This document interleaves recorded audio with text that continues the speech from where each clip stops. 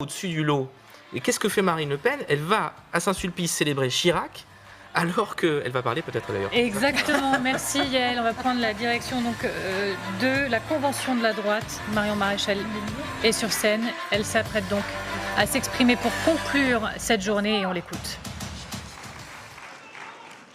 Bonjour, mes chers amis français et de toute la droite ici rassemblés. Merci beaucoup pour votre accueil et merci d'être venus si nombreux à cette première édition qui, je l'espère, en appellera de très nombreuses. Car moi, je suis très heureuse ici d'être à la convention de la droite. Je ne crois pas du tout, contrairement à ce que certains ont déclaré aujourd'hui, que tout soit écrit par avance. Je ne crois pas d'ailleurs au sens de l'histoire, de manière générale. Et bien au contraire, je crois que le grand basculement politique auquel nous aspirons ici ensemble s'opérera précisément par ce type d'initiative, par la multiplication des îlots de résistance au sein de la société civile. On a régulièrement parlé d'Antonio Gramsci aujourd'hui, puisqu'il faisait référence à l'hégémonie culturelle. Eh bien, Antonio Gramsci a écrit un texte magnifique qui s'appelle « Je hais les indifférents ». Eh bien, je crois que nous devrions relire ce texte, parce qu'il n'y a pas d'un côté ceux qui parlent et ceux qui font de la politique. Ici, nous sommes des actifs. Nous venons précisément combattre les indifférents et les passifs. N'attendons pas une future victoire institutionnelle pour prendre nos responsabilités et nous engager. Elle viendra bien sûr, cette victoire, mais uniquement si nous l'avons préparée, et cela demande beaucoup de temps et beaucoup de méthodes. N'attendons pas que l'État nous sauve. Aujourd'hui, il est phagocyté par une idéologie et des intérêts qui sont contraires à l'intérêt national. N'attendons pas non plus l'homme providentiel. L'homme et la femme providentielle. Ça y est. C'est aujourd'hui des initiatives comme la convention organisée par l'Incorrect qui agit dans les médias, c'est Racines d'Avenir qui agit en politique, c'est le Cercle Audace, le collectif patriote des jeunes entrepreneurs.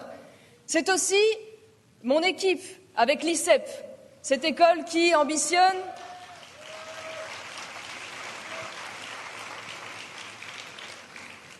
Il y a des étudiants dans la salle, c'est pour ça que ça applaudit. C'est aussi l'ICEP qui humblement cherche à proposer une alternative au système éducatif en place et à former une nouvelle génération de dirigeants au service de leur pays. Et crois-moi, Robert, pour te répondre, nous aussi, parfois, on se sent seul dans ces initiatives. Et moi, je suis intimement convaincue qu'il n'y a pas de petite résistance. Et je crois, et je suis d'accord avec toi là-dessus, qu'il ne faut pas attendre notre rédemption des seuls partis politiques. Créons des associations, montons des écoles, entreprenons français, consommons français, apprenons notre histoire, défendons notre langue, comme ça a été brillamment dit dans la conférence précédente. Sauvons tout ce que nous pouvons sauver. Parce que la France, ce ne sont pas seulement des institutions, ce n'est pas seulement un régime politique. La France, c'est nous. Elle vit en nous. Elle existe par nous. Et elle existera demain par ce que nous aurons su recevoir et ce que nous aurons su transmettre. Alors, bien sûr, j'entends les impatiences et les frustrations. J'entends ceux qui veulent agir à tout prix, tout de suite, pressés par le temps, angoissés par les mots qui nous frappent et qui, c'est vrai, s'accélèrent. Mais qui peut sincèrement imaginer que nos idées arriveront au pouvoir sans avoir préalablement brisé les barrières partisanes d'hier? Ce que nous commençons aujourd'hui à faire avec la présence, disons-le, assez inédite dans un même événement public, à la fois, et je le remercie, d'élus venant des Républicains et d'élus venant du Rassemblement national, entre autres choses.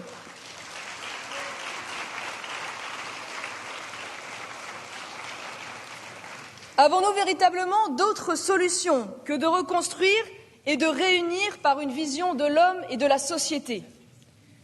Certains disaient que finalement la métapolitique n'avait aucun intérêt. Mais d'où partons-nous? Cela fait 30 ans objectivement que la droite ne réfléchit plus, ne raisonne plus et n'a plus grand-chose à proposer. Et donc je suis convaincue que ce travail des idées, il est évidemment un préalable indispensable à la victoire politique. Existe-t-il vraiment une autre voie que de passer par les cœurs et les intelligences des hommes de bonne volonté, d'où qu'ils viennent d'ailleurs. Nous devons bâtir, et c'est une exigence forte, sur le roc, pas sur des coups médiatiques, par les idées, par les loyautés, par les réseaux, par des élus locaux, par des soutiens financiers, culturels, intellectuels, et il y en avait beaucoup aujourd'hui, par la confiance des entreprises, par l'appui de hauts fonctionnaires qui, eux, auront la capacité de réformer l'État, et bien sûr par des alliances en Europe. Et pour y parvenir, eh bien, la première étape, et c'est celle que nous avons conduite ensemble aujourd'hui, c'est de rompre définitivement avec la droite des experts comptables. Ce champ de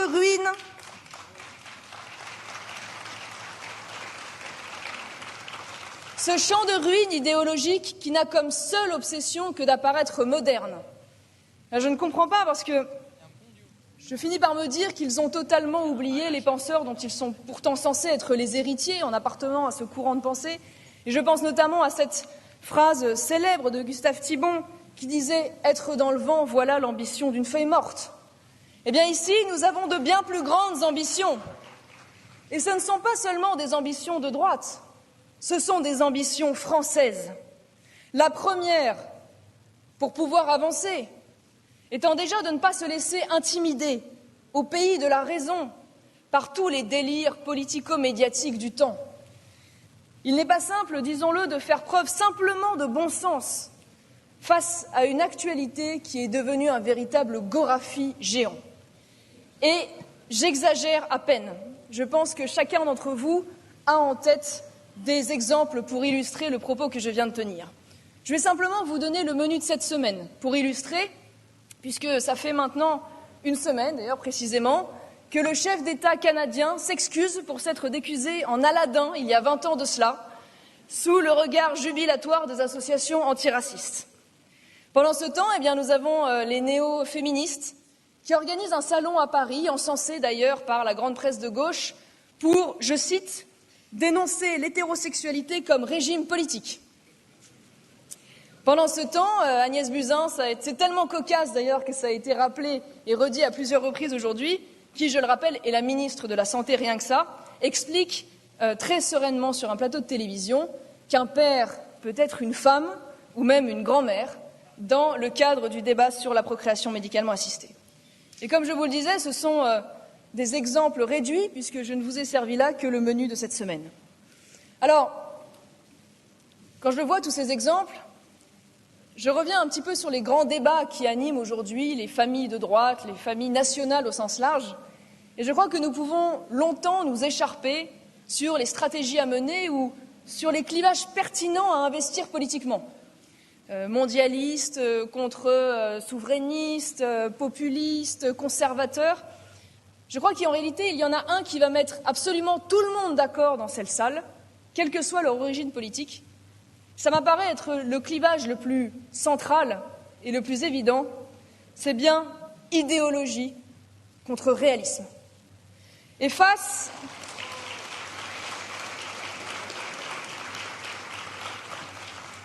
Alors nous avons une grande responsabilité devant l'histoire, puisque face à tous ces délires du camp progressiste, le camp des réalistes que nous sommes a le devoir de se concentrer sur les choses importantes, et précisément sur les grands défis du siècle, qui vont déterminer l'avenir et le bien-être de notre peuple. Alors j'ai, disons, arrêté 5 grands défis sur lesquels, selon moi, se jouera la place de la France au XXIe siècle. Le grand remplacement, le grand déclassement, le grand épuisement écologique, le grand basculement anthropologique et le grand affrontement des puissances. Le premier grand défi, le plus vital, est le grand remplacement.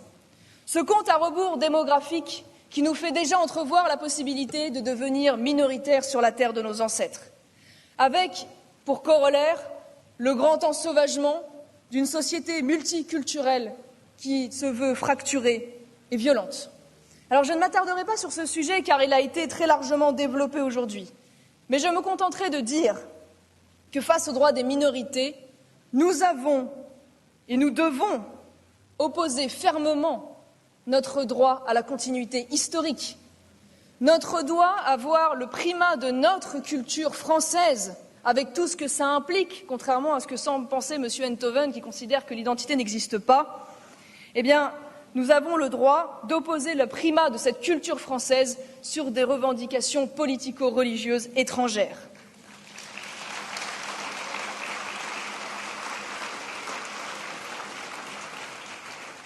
Alors j'adhère assez à ce que disait tout à l'heure Gilles-William Golnadel, qui exprimait l'idée que finalement nous avions gagné cette bataille culturelle, puisque dorénavant, même Emmanuel Macron, qui, je le rappelle, à l'époque, avait défendu la politique migratoire d'Angela Merkel, qui avait accueilli près d'1 million d'étrangers sur son sol en quelques semaines, eh bien même lui, aujourd'hui, se sent obligé d'envoyer des signaux pour expliquer qu'il comprend la souffrance des Français sur ce sujet et qu'il souhaite y remédier. Alors je vous demande d'être attentifs, parce que derrière ces mots fermes, il n'y aura aucune rupture véritable s'il n'y a pas de réforme de la Constitution, s'il n'y a pas une refonte totale du Code de la nationalité, s'il n'y a pas de réforme de la politique sociale et la dénonciation d'un certain nombre de traités internationaux. Le tout en parallèle, et je vais dire un gros mot, de la mise en place d'une politique nataliste. Car je ne crois pas, et je ne crois pas que vous y adhérez non plus,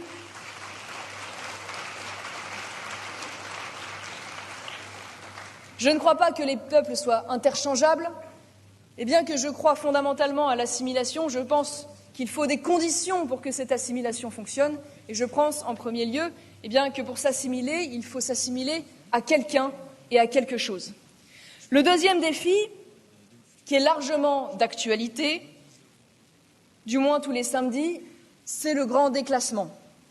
Celui que subit la France périurbaine et rurale, mais pas seulement. Aussi une partie des grandes villes, qui est en proie à l'insécurité. Combien dans cette salle de jeunes diplômés, probablement Bac plus 4, Bac plus 5, si ce n'est même plus, qui ont des difficultés à se loger dans ces villes, qui n'arrivent pas à finir les fins de mois et qui ne parviennent pas à trouver un travail décemment rémunéré. Eh bien, cette situation que tout le monde analyse, finalement, n'est que le résultat d'un choix économique sciemment réalisé. Parce que depuis maintenant des décennies, la plupart des efforts ont été tendus vers la nouvelle économie. L'économie financière, l'économie de services, l'économie liée aux nano, biotechnologies, l'intelligence artificielle, qui, c'est vrai, est très largement concentrée dans les métropoles. Mais le pendant de cela, c'est que nos gouvernants ont renoncé à porter une stratégie vers une économie plus traditionnelle, qui est pourtant pourvoyeuse d'emplois. Je pense notamment à l'industrie, à l'agriculture et à l'artisanat. Alors,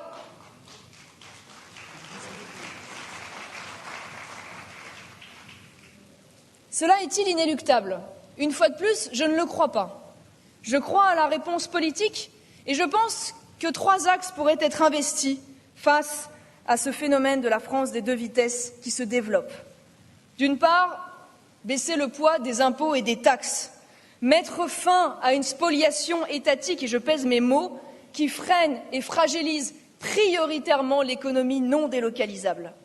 Ce qui impliquera nécessairement de recentrer l'État sur ses fonctions régaliennes. Il faudra également réguler la concurrence internationale en imposant davantage la voix française, et j'y reviendrai plus tard, dans les négociations commerciales de l'Union européenne. Il faudra aussi, et j'insiste sur ce point, lancer une nouvelle politique d'aménagement du territoire. Soyons ambitieux, plus ambitieux en tout cas que les progressistes aux affaires. Eux visent la France des 20 métropoles, la France des 20 villes-mondes, où ils se concentrent, eux et leurs amis, et où ils affirment avoir davantage de points en commun, en effet, avec parfois les habitants de Londres ou de je ne sais quelle grande capitale, plutôt qu'avec leurs propres compatriotes issus des territoires dits périphériques. Eh bien,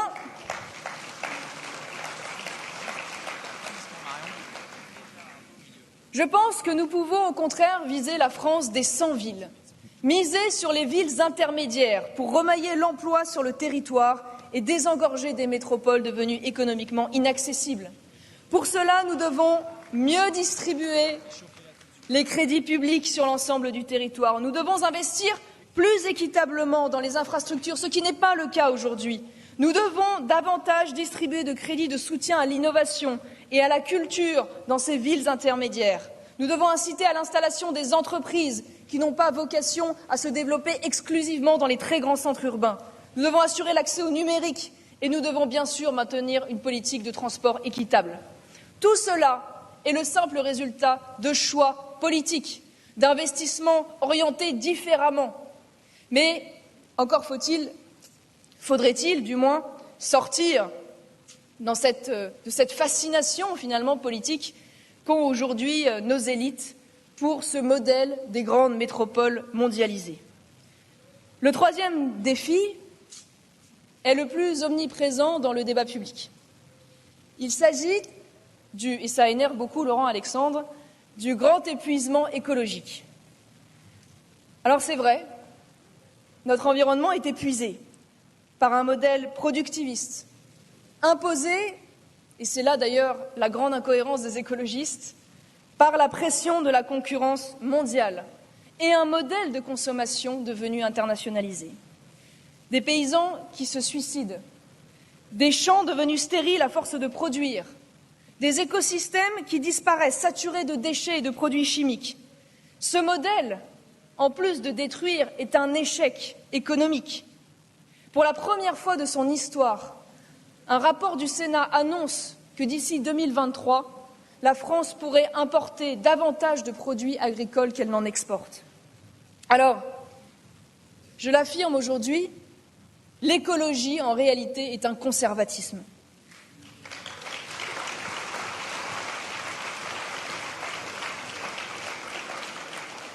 Préserver des paysages, préserver des terroirs, préserver des modes d'alimentation, tout ceci, en réalité, est un combat identitaire. C'est donc à nous de porter ce combat. C'est nous qui sommes légitimes pour porter ce combat, loin des lobbies, loin des effets d'aubaine, des éclats médiatiques, des grandes messes internationales, d'une fiscalité punitive aussi inefficace qu'injuste. Ce ne sont pas les internationalistes libre-échangistes à la Macron ou les zadistes antinucléaires qui pourront répondre de manière cohérente à ce grand défi. Merci.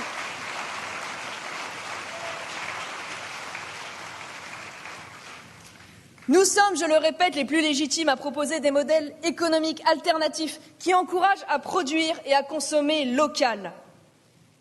Permaculture, biomimétisme, recyclage, système naturel de dépollution, création d'algoplastiques.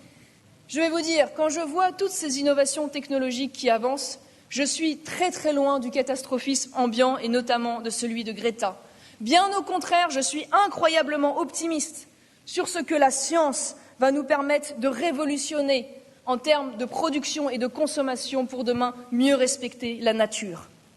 Mais tout ceci, et j'insiste une fois de plus, ne peut fonctionner que dans une logique de consommation locale, fondée largement sur l'initiative entrepreneuriale et dans le cadre, évidemment, de frontières protectrices.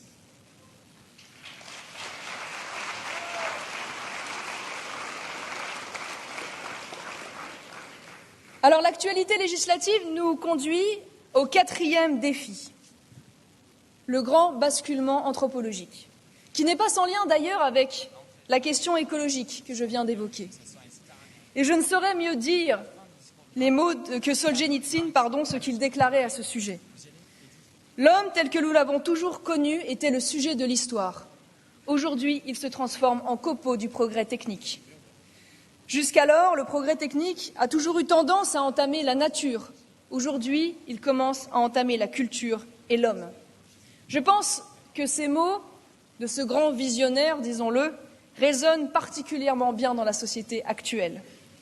Ainsi, le progressisme devient un technicisme, je dirais même un anti-humanisme, en transformant une économie de marché en société de marché. Dans ce temple de la consommation, les désirs deviennent des droits. Tout s'achète et tout se vend, de l'utérus à l'enfant. Alors, pardon, ceux qui nous qualifient de bioconservateurs, j'admets, j'avoue humblement, sans fantasmer sur le fait que ce soit mieux avant, que je souhaite, pour ma fille, une société dans laquelle l'enfant ne soit pas un produit à acheter, à commander, à consommer, à jeter d'ailleurs s'il déplaît. Je souhaite en effet ne pas être, moi en tant que femme, un produit à commander et à livrer. Et je dois dire que je goûte assez peu la promotion qui a été faite ces dernières semaines, non pas tellement de la PMA, parce qu'en réalité cela est déjà acquis pour la plupart des progressistes, mais de la gestation pour autrui, que je trouve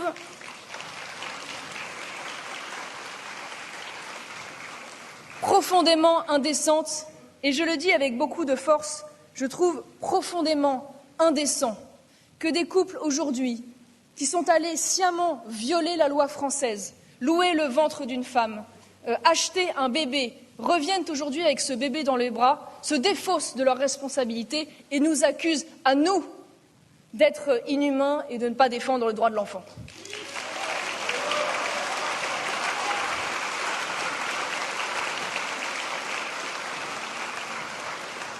Alors une chose est sûre, il ne faut pas se voiler la face, l'eugénisme et l'intelligence artificielle sont les prochains terrains de compétition des grandes puissances. La France a longtemps et souvent inspiré le monde, et je crois qu'elle a encore un grand rôle à jouer dans ce domaine, en servant d'éclaireur, en portant une société qui respecte et défend la dignité humaine, que voilà un grand mot. Et pourtant, c'est bien de cela dont nous parlons. Une société qui refuse la marchandisation de l'homme et de ses produits, qui préserve et développe le cerveau humain face à l'expertise des machines. N'ayons pas peur, les robots ne seront jamais des concurrents, au mieux des compléments. Si nous nous attachons à cultiver notre humanité, le libre arbitre, l'intelligence transversale, l'empathie, l'éthique, et la réponse à tout cela, elle se trouve tout simplement dans l'éducation. L'éducation à l'esprit critique, au raisonnement, à la culture générale, à la mémorisation, autant de choses aujourd'hui malmenées et oubliées dans notre modèle scolaire. Et la France a toutes les ressources intellectuelles, historiques, civilisationnelles, médicales, techniques pour répondre à ce défi. Un défi qui n'est pas seulement éthique ou moral, comme on essaye souvent de le réduire, mais un défi qui est aussi anthropologique, social et, je viens de vous le dire, éducatif. Nous avons rayonné par le passé pour l'égalité, pour la liberté, pour la démocratie. Eh bien, aujourd'hui, la France a le devoir de rayonner pour le grand combat de la dignité humaine.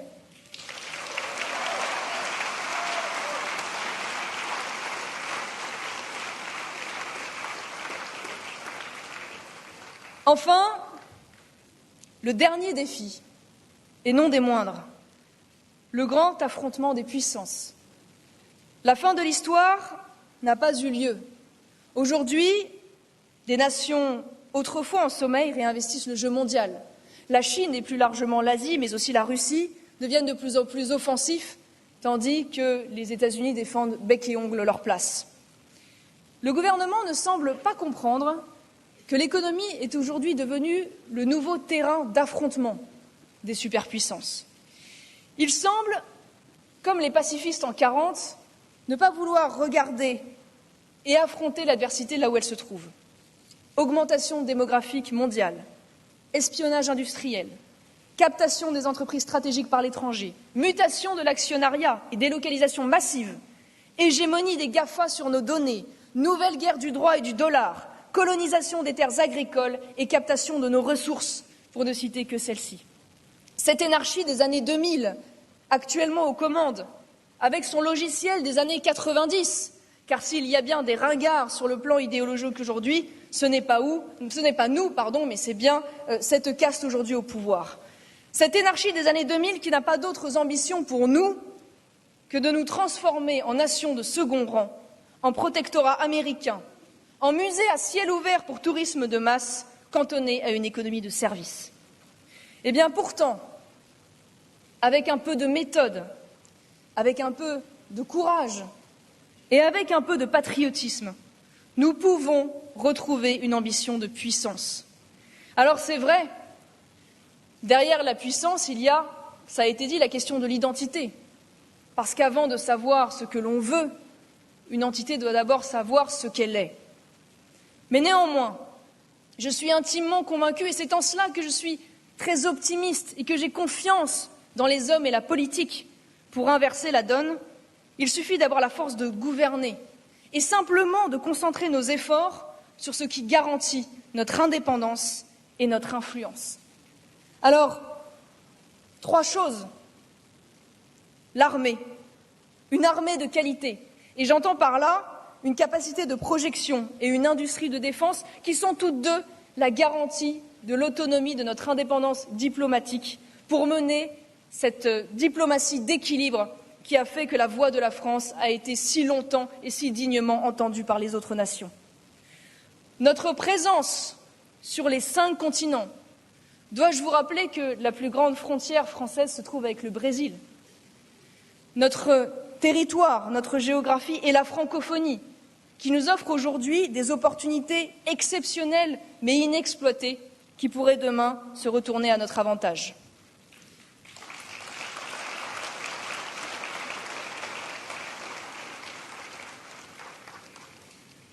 L'échelle européenne, enfin. Je m'attarde un peu sur ce sujet car je sais qu'il fait très largement débat, à juste titre d'ailleurs, dans nos familles politiques. Je ne suis pas de celles qui défend au bec et ongles l'Union européenne et je suis la première à admettre volontiers que c'est un projet mal pensé, mal conçu et philosophiquement délétère. Néanmoins, vous savez, en politique, c'est le terrain qui commande. Et le terrain, aujourd'hui, a créé des dépendances mutuelles dont il est difficile de se départir sans avoir préalablement reconstruit un certain nombre de choses au niveau national. Alors je vous le dis aussi très sincèrement, je ne crois pas une seule seconde que la réforme tant espérée, tant défendue, y compris par les européistes eux-mêmes d'ailleurs, passera par la Commission européenne ou par le Parlement européen. La réforme de l'Union européenne, elle passera par des stratégies d'alliance gouvernementale en vue de rééquilibrer le rapport de force avec l'Allemagne. C'est Zemmour qui avait eu un mot parfait sur ce sujet. Tout le monde, sur les plateaux de télévision, explique « oui, mais l'union fait la force ».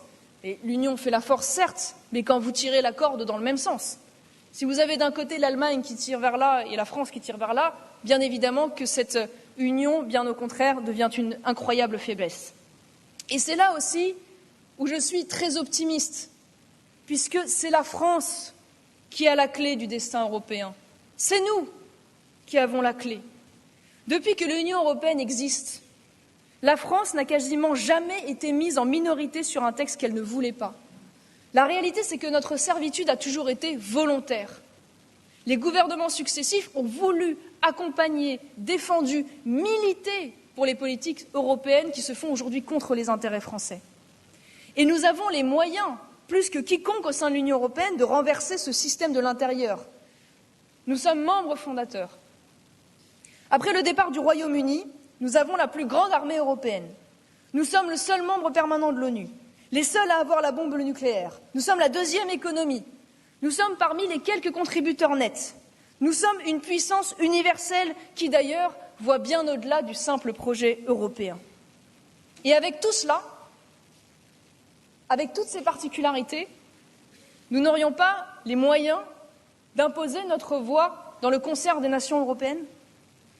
Nous n'aurions pas les moyens d'exiger de la Commission qu'elle se cantonne aux sujets stratégiques communs, comme par exemple la souveraineté numérique face aux GAFA, comme l'exigence de la réciprocité dans les échanges internationaux, en particulier avec la Chine, comme, s'il devait y avoir un seul avantage à cette monnaie, la transformation de l'euro en monnaie d'échange internationale face au dollar. La France n'aurait pas les moyens de faire ça, avec tous les atouts qui sont aujourd'hui les siens. Eh bien, permettez-moi de vous dire qu'en réalité, tout ça n'est qu'une affaire de volonté, de lâcheté et, disons-le peut-être aussi, d'intérêt.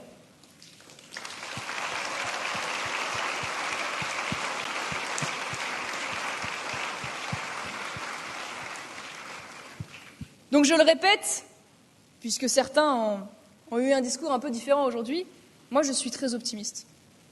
Je suis très optimiste parce que, en regardant, en analysant tous ces sujets, je vois des voies de rédemption, je vois des axes à travailler, je vois des réponses politique à apporter et je ne vois absolument rien d'inéluctable.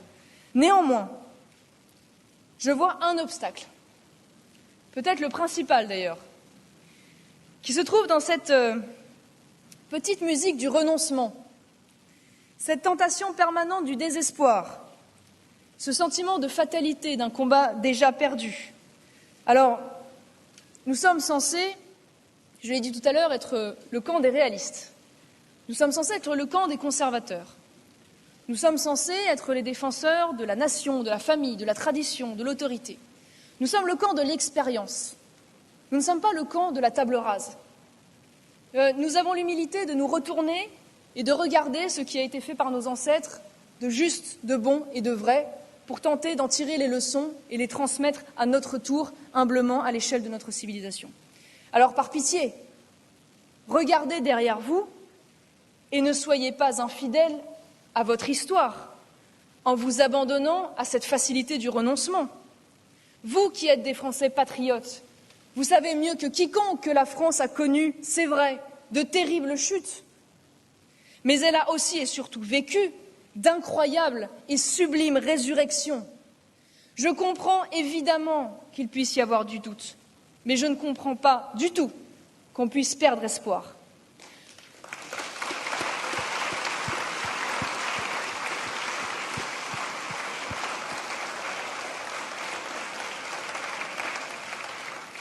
Où serions-nous si les Français avaient perdu espoir après le traumatisme de 1870, après la saignée de 17, après la défaite de 40?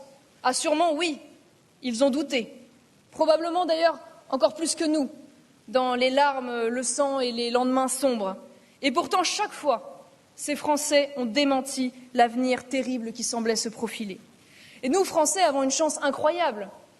D'une certaine manière, à la lumière de cette histoire, nous sommes condamnés à l'espoir. C'est une belle condamnation. Car, alors, je vous le dis tout de suite, pas un espoir béat et attentiste, mais un espoir d'action. Car les idées justes se renforcent à l'épreuve de l'action. Alors agissons. Agissons au-delà de nos petits intérêts catégoriels. Agissons chacun où nous sommes, selon nos talents et selon nos passions. Et demain, j'en suis intimement convaincue, nous serons au pouvoir. Je vous remercie.